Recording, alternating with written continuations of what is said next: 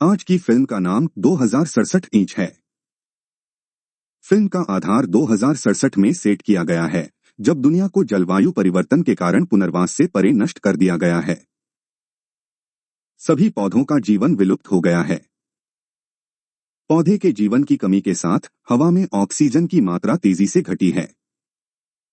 लोगों को जीवित रहने के लिए सिंथेटिक ऑक्सीजन खरीदनी पड़ती है। 99% दुनिया में अंधेरा छा गया है। लोग इधर उधर मर रहे हैं। ऐसी स्थितियों में ऑस्ट्रेलिया में केवल एक शहर बच गया है, और यह सिर्फ सिंथेटिक ऑक्सीजन बनाने वाली कंपनी क्रॉनिक कॉर्पो के कारण हो पाया है। हालांकि सिंथेटिक ऑक्सीजन एक घातक बीमारी का कारण बनती है, समय के साथ उसे दी डिजीज कहा जाता है। पूरी तरह से विलुप्त होने से पहले मानव जाति के पास केवल कुछ साल हैं। एथन व्हाइट ऑस्ट्रेलिया के शहर का रहने वाला है। वह और उसका दोस्त जूड क्रॉनिक कॉर्प कॉरपोरेशन में मैकेनिक के रूप में काम करते हैं। कॉरपोरेशन भी बीमारी का इलाज और दुनिया को बचाने का तरीका खोजने के लिए दिन रात काम कर रहा है। ईथन की पत्नी जानथे को भी दी बीमारी है। ईथन कमाने के लिए दिन रात कड़ी मेहनत करता है और उसे बेहतर ऑक्सीजन खरीदता है। एक दिन जब एथन और जूड सुरंग में काम कर रहे होते हैं, क्रॉनिक कॉर्प की सीटीओ रेजिना जैक्सन उन्हें अपने कार्यालय में बुलाती है। वहां उसने दोनों को अपना परिचय दिया और उन्हें बताता है कि अगर हालात नहीं बदले तो मानवता कुछ ही वर्षों में मरने वाली है। वह तब बताती है कि ईथन ही एकमात्र व्यक्ति है जो सभी की मदद कर सकता है और मानवता को बचा सकता है। ईथन भ्रमित है और उस पर विश्वास नहीं करता है, लेकिन रेजिना जोर देकर कहती है कि वह उनकी प्रयोगशाला में जाए। लैब में बड़ी मशीनरी है। बिली मिशेल नाम के लैब डॉक्टर ने एथन से अपना परिचय दिया और 1 सेकंड के लिए एथन की कलाई के उपकरण को देखता है। तब वे उसे समझाते हैं कि ईथन के पिता डॉरिचर्ड व्हाइट ने 20 साल पहले इस परियोजना को शुरू किया था। जो मशीन उनके सामने खड़ी है वह एक टाइम मशीन है जिसे क्रॉनिकल कहा जाता है। मशीन के साथ किए गए पहले प्रयोग में जांच करने के लिए कि दूसरी तरफ क्या था, उन्हें इसमें रेडियो तरंगें भेजनी पड़ी। इससे उन्हें पता चला कि 407 साल बाद 2474 में हवा में पर्याप्त ऑक्सीजन बनाए रखने और मानव जीवन को बनाए रखने के लिए पृथ्वी के पास पर्याप्त पेड़ पौधे होंगे। लोगों का मानना है कि अगर मानवता कई सौ साल बाद भी मौजूद है, यह संभावना है कि उन्होंने अपनी वास्तविकता को प्रभावित करने वाली सभी समस्याओं का समाधान ढूंढ लिया है। हालांकि एक अजीबोगरीब गतिविधि ने वहां के वैज्ञानिकों को हैरान कर दिया। उन्होंने जो लहरें भेजी वे वापस आ गई थीं। जब उन्होंने इसे डिकोड किया तो उन्होंने पाया कि भविष्य के किसी व्यक्ति ने उन्हें यह संदेश भेजा था, ईथन व्हाइट को भेजें। तो अब रेजिना और पूरी टीम ईथन को भविष्य में इलाज ढूंढने के लिए वापस लाना चाहती है। ईथन हैरान से परे है। वह उन पर विश्वास नहीं करता और सोचता है कि रेजिना सिर्फ झांसा दे रही है। इसके अलावा वह अपनी बीमार पत्नी को छोड़कर भविष्य में नहीं जाना चाहता। ऐसे में वह मदद करने से कतराता है। बाद में ईथन और जूड एक डिनर पर हैं, जहां वे कुरकुरा ऑक्सीजन खरीदते हैं। जूड ने ईथन को योजना के साथ आगे बढ़ने और मानवता को बचाने में मदद करने के लिए मनाने की कोशिश की। हालांकि एथन उस पर हंसते हुए कहता है कि वह अपने पिता की तरह नहीं बनना चाहता। एथन अपने पिता से नफरत करता है क्योंकि वह उसके लिए कभी उसके पास नहीं रहा। 20 साल पहले उसके पिता ने घर छोड़ दिया और लापता हो गया, जबकि उसकी मां की मृत्यु हो गई जब वह एक बच्चा था। तब से उसका पालन पोषण जूड ने किया, एक ऐसा व्यक्ति जिसे ईथन अपने बड़े भाई के साथ साथ सबसे अच्छे दोस्त भी मानता है। वह अपनी मां को छोड़ने के लिए अपने पिता को दोषी ठहराता है। वह इस योजना को पूरा करने के लिए अपनी बीमार पत्नी को छोड़ना नहीं चाहता। हालांकि जूड उसे यह कहते हुए मनाने की कोशिश करता है कि वह अपनी पत्नी को बचाने का एकमात्र इलाज ढूंढ रहा है। ईथन को उसके 8वें जन्मदिन की याद आती है, जब उसके पिता ने उसे उपहार के रूप में एक अजीब बॉक्स खरीदा था। जैसे ही वह बॉक्स में हाथ डालता है, एक उपकरण उसकी कलाई पर चिपक जाता है, जिससे उसके हाथ से खून बहने लगता है। रिचर्ड ने अपने बेटे के हाथ पर एक परमानेंट उपकरण लगा दिया था। कई साल हो गए लेकिन ईथन को अभी तक इसका उपयोग नहीं पता है। बाद में घर पर ईथन ज़ैंथे को दिन के दौरान होने वाली हर बात बताता है और वह भी उसे जाने के लिए जोर देती है। अगली सुबह ईथन ने एक धातु के फूल पर लिखा, मैं तुम्हारे पास वापस आऊंगा, और इसे ज़ांथे के पास छोड़ देता है। वह फिर रेजिना के कार्यालय जाता है और उससे कहता है कि यदि उसे केवल एक ही इलाज मिलता है तो उन्हें उसे पहले ज़ांथे को देना होगा। रेजिना स्वीकार करती है और उसे ले फिर से प्रयोगशाला ला जाती है। डॉ मिशेल उसे वह सूट दिखाते हैं जो उसे मशीन में आने से पहले पहनना होता है।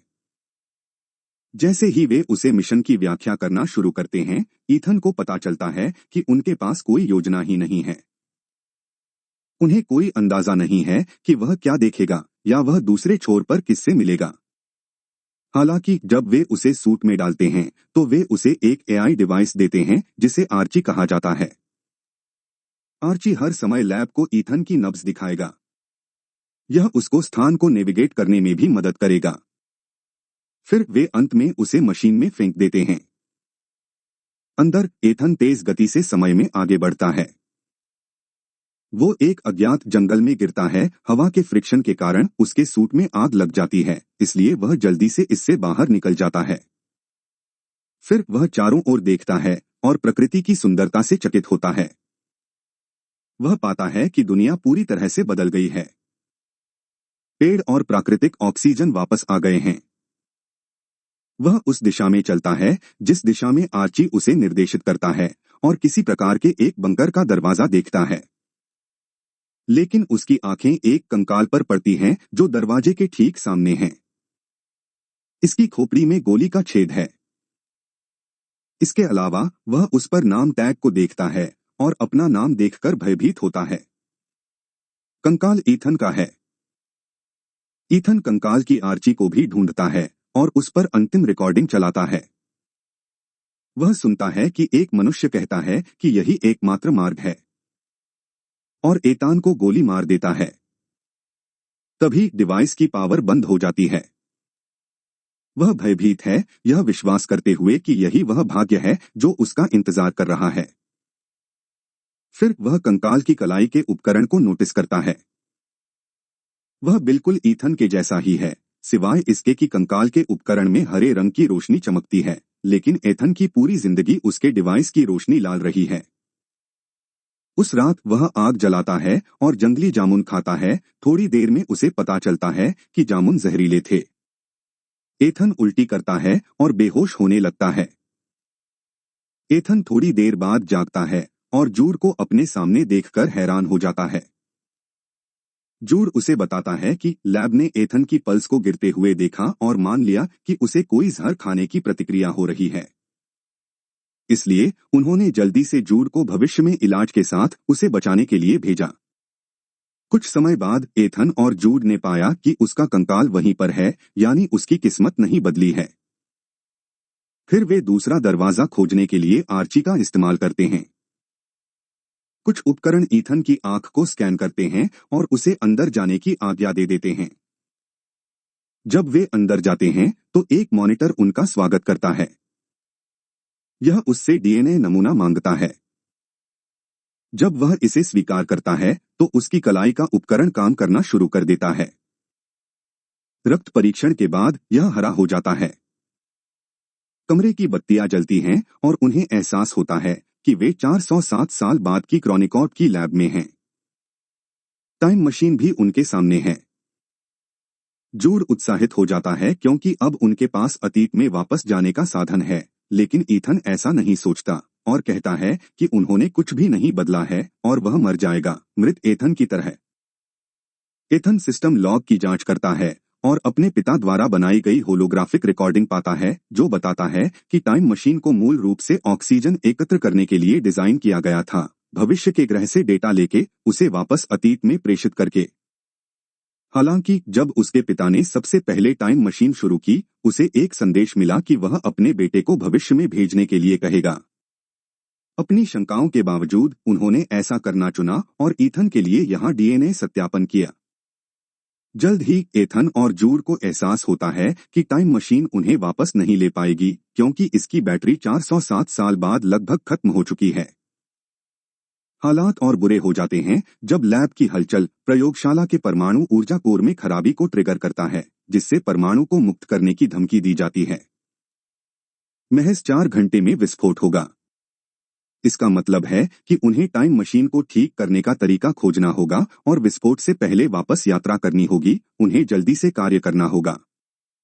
बाहर वे हरे पौधों से आच्छादित एक बर्बाद शहर को देखकर हैरान हैं, लेकिन वहां कोई इंसान नहीं है। यह दर्शाता है कि मानवों के विलुप्त होने के बाद पृथ्वी अपने आप ठीक होने लगती है।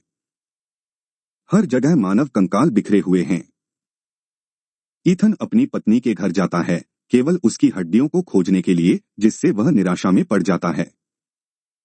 जूड बीमारी का इलाज भविष्य की दुनिया में भी मौजूद न होने के कारण उसे अतीत में वापस जाने के लिए मनाने की कोशिश करता है। हालांकि जूड के शब्द ईथन को संदेहास्पद बनाते हैं। फिर वह जंग लगी आर्ची को एक बार फिर से रिकॉर्डिंग चलाने के लिए चालू करता है, जिससे वह पहचानता है जूड की आवाज और ऐसा लगता है कि जूड ने ही उसे गोली मारी थी। जूड ईथन पर अपनी बंदूक उठाता है, दृढ़ता से इनकार करते हुए कि वह एथन को कभी गोली मारेगा। ईथन अंत में पहले मिशन को पूरा करने का फैसला करता है। इसलिए साथ मिलकर वे पावर कोर की मरम्मत करने और फिर प्रयोगशाला में लौटने का प्रबंधन करते हैं। अब क्रॉनिकल सिस्टम काम करना शुरू कर देता है और उन्हें अतीत में लौटने में सक्षम होना चाहिए। उन्हें बस जरूरत है पोर्टल लॉन्च होने तक 37 मिनट प्रतीक्षा करने की। एक बार उल्टी गिनती 0 पर पहुंचने के बाद पोर्टल लगभग 30 सेकंड के लिए 2067 से जुड़ेगा। हालांकि ईथन अभी भी पाता है कि उसका शरीर उसी स्थान पर पीछे पड़ा है, जिसका अर्थ है कि उन्होंने भविष्य में कोई बदलाव नहीं किया है। सच्चाई का पता लगाने के लिए ईथन अपनी वर्तमान आर्ची की बैटरी निकालता है और उस जंग लगी हुई आर्ची पर डालता है। इस तरह उसे दूसरी वीडियो तक पहुंच मिलती है, जिसमें एथन को बता दिया जाता है कि उसको भविष्य में स्वयं जूड द्वारा मारा जाएगा। जूड तब कबूल करता है कि भविष्य बदलने की कोई उम्मीद नहीं है और वह एथन की रक्षा करने की कोशिश कर रहा है। यह विश्वास करना कठिन है। ईथन ने अपने भाई को एक कमरे में बंद कर दिया, फिर अपने पिता के होलोग्राफिक लॉग को उनके मरने के दिन से चलता है। वह जल्द ही क्रॉनिकॉर्प के सीटीओ रेजिना जैक्सन और उसके पिता के बीच हुई बातचीत देखता है।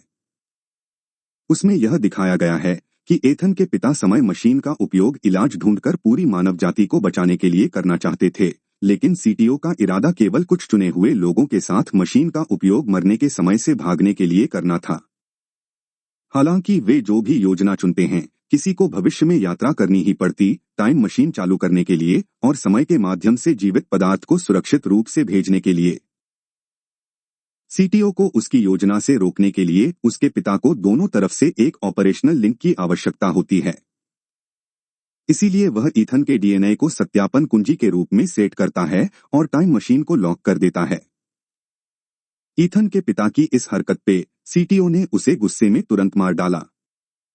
फिर वह जूड को ईथन की मां को मारने का आदेश देती है और उसके लिए एक अभिभावक बनने को कहती है, ताकि एक दिन वे भविष्य तक पहुंच इलाज प्राप्त करने के लिए ईथन के रिस्टबैंड का उपयोग कर सकते हैं। ईथन हैरान से परे है। जिस आदमी को वह अपना भाई समझता था, वह निकला जिसने उसकी मां को मार डाला और उसे भी मारने वाला है। उसे यह भी पता चलता है कि उसने अपने पिता को गलत समझा था, जिसने जानबूझकर परिवार को नहीं छोड़ा।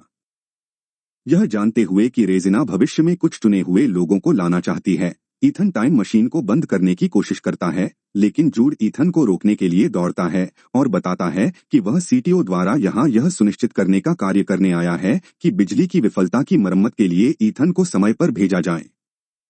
एक बार जब एथन टाइम मशीन को सक्रिय कर दे, तब उसे ईथन को मार देना चाहिए। हालांकि जूड ने पिछले कुछ वर्षों में ईथन के साथ घनिष्ठ भावनात्मक संबंध बनाए हैं। अपने भाई और मित्र को उसके कारण उस अवस्था में देखकर वह अपराधबोध से ग्रस्त हो जाता है। तो ईथन को गोली मारने की बजाय उसने खुद को गोली मार ली।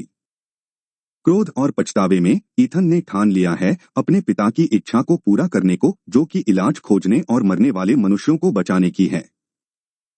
वह मॉनिटर में देखता है और अपने पिता द्वारा लिखा गया पहला संदेश पाता है। वह निष्कर्ष निकाला है कि संदेश ईथन वाइट को भेजें स्वयं द्वारा भेजा गया था। इसलिए वह संदेश में फिर से कोड करता है और कई अन्य चीजों के साथ इसे अतीत में भेजता है।